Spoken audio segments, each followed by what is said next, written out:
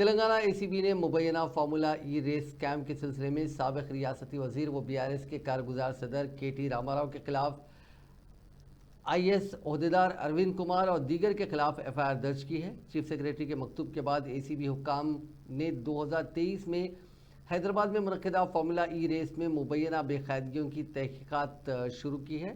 Hyderabad metropolitan development authority یعنی HMDA نے RBI کے گائیڈ لائنز کی خلاف ورزی کرتے ہوئے بیرون ملک کی کمپنی فارمولا ای آپریشنز کو 45 کروڑ روپے ادا کیے تھے۔ سابق وزیر بلدی نظم و نسق KT Rama Rao, senior IS عہدیدار اروند کمار اور ایک خانگی کمپنی کے CEO BLN ریڈی کے خلاف مقدمہ درج کیا گیا ہے۔ ACB نے سرکاری فنڈز کے غلط استعمال کا الزام عائد کرتے ہوئے اس معاملے میں 4 غیر ضمانتی دفعات جن میں 13(1)(a), 13(2) PC ایکٹ 409 120B کے تحت مقدمہ درج کیا۔ اس مقدمے میں KT راما راؤ کو ملزم نمبر 1 اور IS عہدیدار کو ملزم نمبر 2 بنایا گیا ہے۔